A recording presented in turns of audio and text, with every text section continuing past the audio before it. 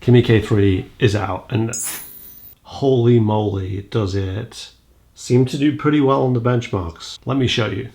Look, I get it. The model is enormous. It has a 1 million token context window.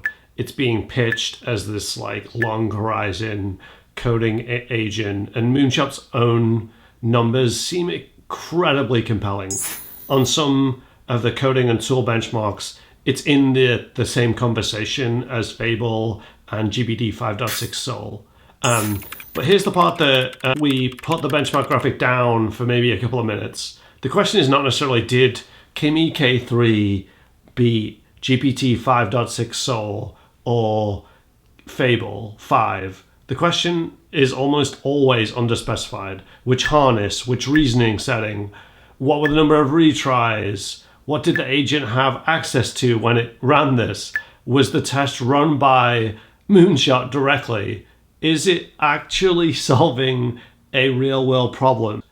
Because a model can win sort of the terminal benchmark and still be painful in a large mono repo.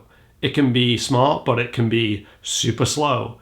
It may look cheap on paper, like $3 in, $6 out.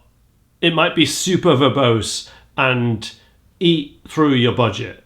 It can have a 1 million token context window, but it still may make terrible decisions because you gave it like too vague a prompt or no guardrails.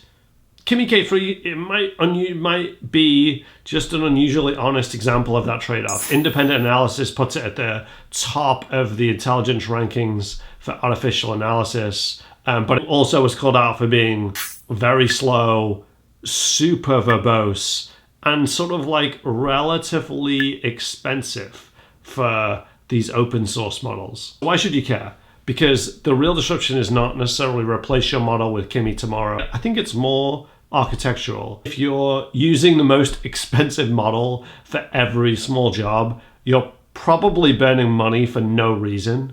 Use the premium model for architecture, hard debugging, review, and decisions where being wrong is costly. And then use a strong open or low-cost model for like bounded tasks like code-based mapping, test generation, maybe some first passes on PRs, writing documentation, migrations, analysis of transcripts, and just generic work. The shift that I think Kimi K3 is going to push. Not one model to rule them all, but more of this like model portfolio. There is a lot of hype around K3, which I think is useful because it forces sort of an uncomfortable question, which is how much of your AI budget is paying for capability that you're actually using. So here's my take. Kimi K3 looks real on the benchmarks. You should run it against your own workload, especially for some of these long context or agent-related coding tasks. But I wouldn't call it the best just on the vendor charts that come out. Give it sort of 10 repetitive tasks, measure its success rate, the time, the cost, the number of retries, how annoying it was to do these reviews with.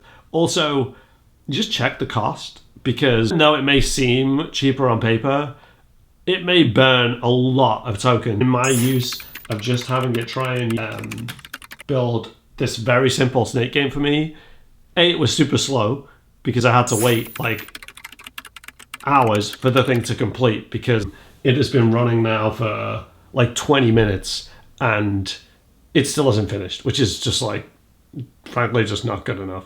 Seems like everyone and their dog is trying to access this thing right now. Absolutely terrible uptime. It's at like 5% right now. It burned through tokens, more so than the leading lab. So at that point, it's like more expensive to a certain extent than using GPT 5.6 Sol, or in my case, like probably closer to the cost of GPT 5.6 Terra on high reasoning. So go check it out. It could be a great model, and I'm excited to play around more with it. If you do want to go check it out, the best way to probably go check out Kimi K3 is either direct through them, you may want to do, or right now through OpenRouter. Seems like the two best ways to go access it. All right, thanks. Bye.